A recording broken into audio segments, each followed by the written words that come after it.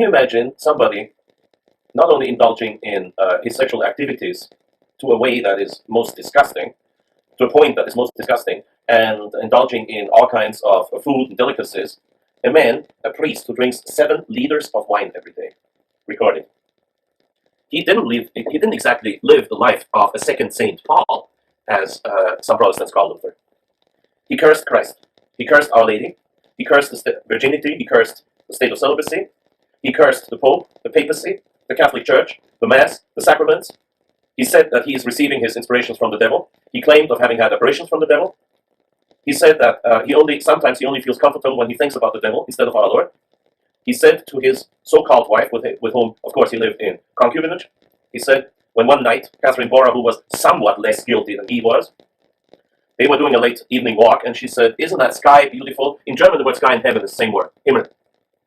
So, in German, it would have sounded as if she had said, "Isn't that heaven beautiful?" Luther looked at her gloomily and said, this is recorded, he admitted this later on. He looked at her gloomily and said, "Yes, Kathy, but not for us."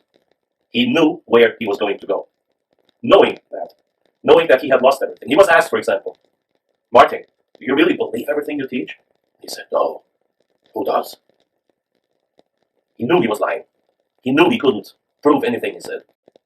He destroyed the society in Germany. He was the one who created the 30 Years' War, 1618 to 1648, one of the most cruel and disgusting wars in history, if you study the details. Incredible. He was long dead by then, but it was Protestants against Catholic. The whole 30 Years' War was about that.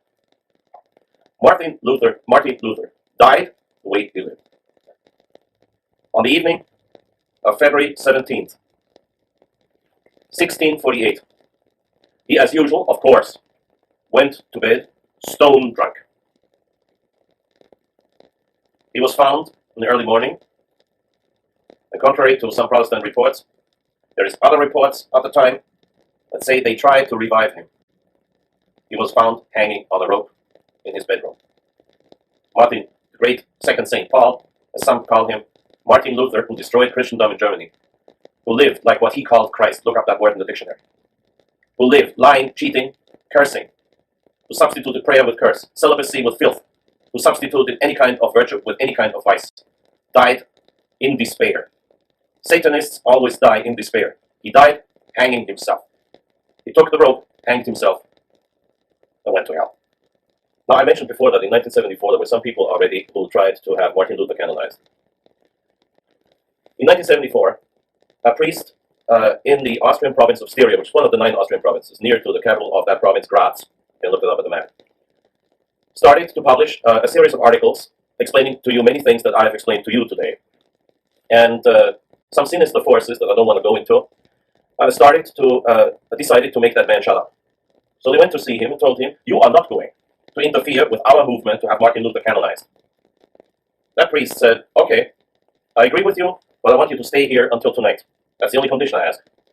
The priest went into intensive prayer, grabbed his book of exorcisms, and after many hours of prayer, many hours of exorcism, many hours of intensive concentration on the point, that man went back to the room where these people impatiently were waiting for him. And he sat down with them. That's all he did, and there was a knock on the door. These people said, "Come in." Nothing happened. The priest said, "Come in." The door opened. It was a glowing red, charcoal glowing red, Martin Luther chained between 2 demons. These men never asked again that these articles cease to be published.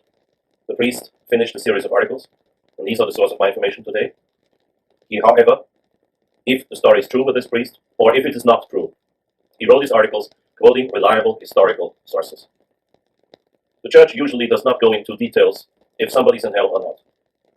If you read just that one book, Facts About Luther, and if you only believe 50% of what I said today, then you only get a glimpse at that monster called Martin Luther, who tried to destroy Christians.